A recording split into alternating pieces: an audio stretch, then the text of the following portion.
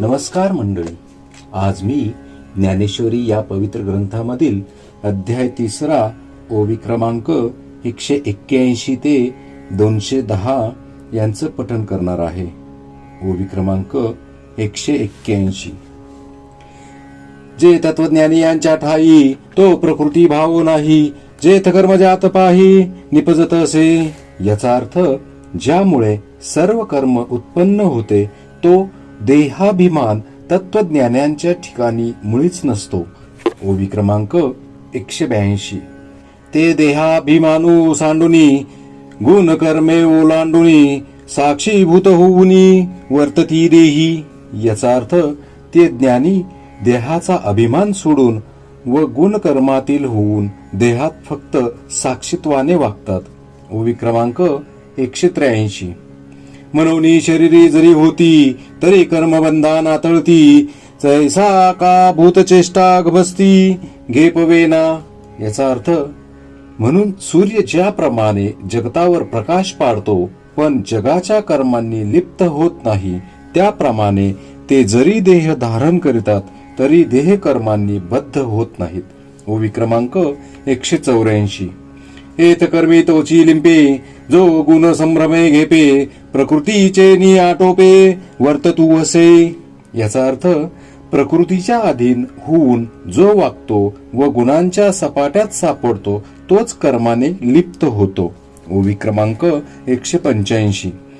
इंद्रिये गुणाधारे रहाटते निज व्यापारे, ते परकर्म बलात्कारे आपादी जो. याचा अर्थ इंद्रिय गुणांच्या अधीन होऊन आपापल्या व्यापारात वर्तत असता ते दुसऱ्यांचे कर्म मीच करतो असे तो मुद्दाम अंगावर घेतो. ओवी क्रमांक 186. तरी उचिते कर्मे आगवी, तुवा आचरोनी मज अर्पावी, परी चित्तवृत्ती न्यासावी आत्मरूपी. याचा अर्थ म्हणून सर्व विहित कर्मांचे आचरण करून तू ती मला अर्पण करावी, पण चित्तवृत्ती मात्र सदैव आत्मस्वरूपी ठेवावी. ओवी क्रमांक 187. आणि हे कर्म मी करता का आचरण या अर्था, ऐसा अभिमानू जने चित्ता रिगोदेसी. याचा अर्थ ह्या कर्माचा मी करता आहे आणि अमुक फलासाठी हे मी करीत आहे असा अभिमान तू आपल्या चित्तात उत्पन्न होऊ देशील हो. ओवी क्रमांक 188. तुवा शरीर परा नोहावे, कामना जात सांडावे, मग अवसरोचित भोगावे भोग सकळ. याचा अर्थ तू शरीराच्या स्वाधीन न होता सर्व इच्छा सोडून दे आणि मग सकल भोग यथाकाली भोग. ओवी क्रमांक 189. आता कोदंड घेऊन हाती आरूढ पायी रथी, देही आलिंगन वीर वृत्ती समाधाने. याचा अर्थ एवढ्या करिता आता हातात धनुष्य घेऊन ह्या रथावर बैस आणि आनंदाने वीरवृत्तीचा स्वीकार कर. ओवी क्रमांक 190. जगी कीर्ती रुडवी, स्वधर्माचा मानू वाढवी, या भारापासून सोडवी मेदनी हे. याचा अर्थ जगात तू आपली कीर्ती वाढव, स्वधर्माचा महिमा वाढव आणि दुर्योधनादी दुष्टांच्या भारापासून ह्या पृथ्वीला सोडव. ओवी क्रमांक 191. आता पार्था निशंकू होई, या संग्रामा चित्त देई, येत हे वाचुनी काही बोलू नये. याचा अर्थ पार्था आता तू निशंक होऊन या युद्धाच्या ठिकाणी लक्ष दे, ह्याशिवाय दुसरे काही बोलू नको. ओवी क्रमांक 192. हे अनुपरोध मत माझे, जिही परमादरे स्वीकारिजे, श्रद्धापूर्वक अनुष्ठीजे धनुर्धरा. याचा अर्थ अर्जुना, ह्या माझ्या अबाधित मताचा जे मोठ्या आदराने स्वीकार करून त्याचे श्रद्धापूर्वक आचरण करतील. ओवी क्रमांक 193. तेही सकळ कर्मी वर्ततू, जानपा कर्मरहितू, मनोनी हे निश्चितू करणीयागा. याचा अर्थ ते सकळ कर्मांचे आचरण करून कर्मरहित आहेत असे जाण, म्हणून हे माझे मत निश्चयाने आचरण्यास योग्य आहे. ओवी क्रमांक 194. ना तरे प्रकृती म्हणतू होऊनी, इंद्रियाला देऊनी, जे हे माझे मत वेरुनी ओसंडिती. याचा अर्थ नाहीतर देहाचे पाशात गुंतून व इंद्रियाचे लाड पुरवून जे माझ्या मताचा तिरस्कार करून टाकून देतात. ओवी क्रमांक 195. जे सामान्यत्वे लेखिती अवज्ञा करुणी देखिती का हा अर्थ वादू म्हणती वाचाळपणे. याचा अर्थ जे त्याला सामान्य समजतात त्याची थट्टा करतात किंवा वाचाळपणे ती व्याज स्तुती आहे असे म्हणतात. ओवी क्रमांक 196. ते मोह मदिरा भुलले विषय विखे घारले अज्ञान पंकी बुडाले निभ्रांत मानी. याचा अर्थ ते मोहरूपी मद्यपान करून भुललेले व विषयरूप विषाने व्यापलेले आणि अज्ञानरूपी चिखलात रुतलेले आहेत असे निसंशय समज. ओवी क्रमांक 197. देखे शवाच्या हाती दिदले जैसे रत्न का वाया गेले ना तरी जात्यंधा पाहले प्रमाण नोहे. याचा अर्थ पहा की प्रेताच्या हाती दिलेले रत्न जसे वाया जाते किंवा जन्मांधाला उजाडले तरी त्या प्रकाशाचा जसा काही उपयोग होत नाही. ओवी क्रमांक 198. का चंद्राचा उदयो जैसा उपयोगा नवचे वायसा मूर्खा विवेकू हा तैसा रुचेल ना. याचा अर्थ चंद्रप्रकाश ज्याप्रमाणे कावळ्याच्या उपयोगी पडत नाही त्याचप्रमाणे जे मूर्ख आहेत त्यांना हा विचार रुचत नाही. ओवी क्रमांक 199. तैसे जे पार्था विमुख या परमार्था तयासी संभाषण सर्वथा करावे ना. याचा अर्थ तसेच पार्था जे जन ह्या परमार्थापासून परामुख आहेत त्यांच्याशी भाषण सुद्धा करू नये.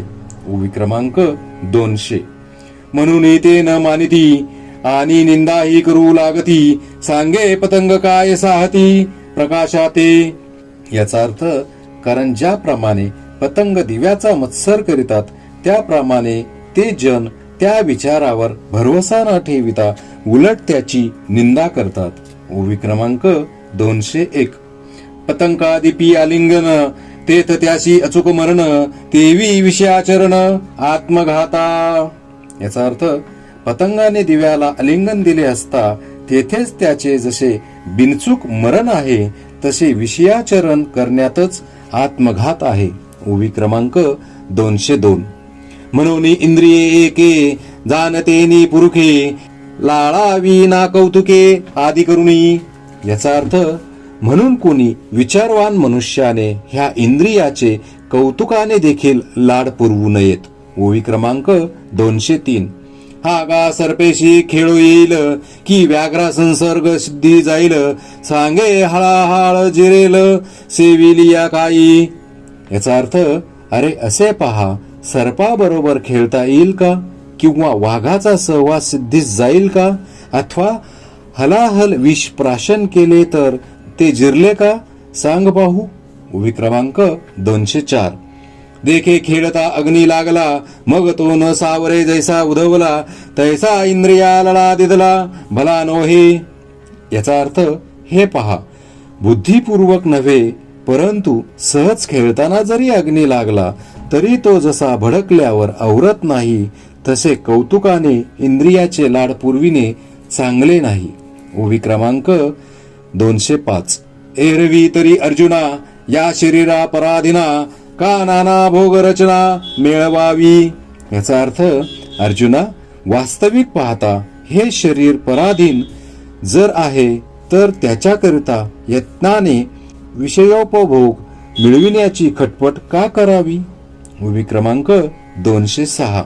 आपण सायसे करुणी बहुते सकळ ही समृद्धी जाते उदो वस्तू या देहाते प्रतिपाळावे का. याचा अर्थ पुष्कळ यत्न करून आणि सर्व गोष्टी संपादन करून ह्या देहाचे अहोरात्र लालन का करावे. ओवी क्रमांक 207. सर्वस्वे शिरोनी येथे अर्जवावी संपत्ती जाते तेने स्वधर्मू सांडूनी देहाते पोखावे काही. याचा अर्थ ह्या ठिकाणी सर्व परिश्रम करून पुष्कळ संपत्ती मिळवून व धर्माचा त्याग करून केवळ देहाचे पोषण करावे का. ओवी क्रमांक 208. मग हे तव पाच मेळावा शेखी अनुसरेल पंचत्वा ते वेळी केला हे गिवसावा शिनू आपुला. याचा अर्थ मग हे पंचतत्वाचे झालेले शरीर शेवटी पंचतत्वातच जाऊन मिळाल्यावर त्यावेळी आपण केलेली खटपट कोठे शोधित बसावे. ओवी क्रमांक 209.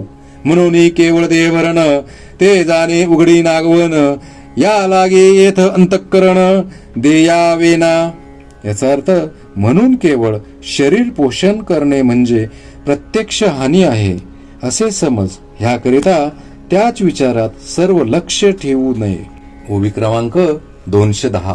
एरवी इंद्रियांची या अर्था सारिखास विषयो पोखिता संतोषू किरचित्ता आपजेल. याचा अर्थ विषय सेवनापासून प्रत्यक्ष सुख प्राप्त होत असता त्यात सुख नाही हे म्हणणे योग्य नाही असे तुला वाटल्यास सहज विचार केला असता इंद्रियांना आवडेल त्याच विषयांचे सेवन केले तर मनाला समाधान होईल हे खरे. श्री संत ज्ञानेश्वर महाराज की जय.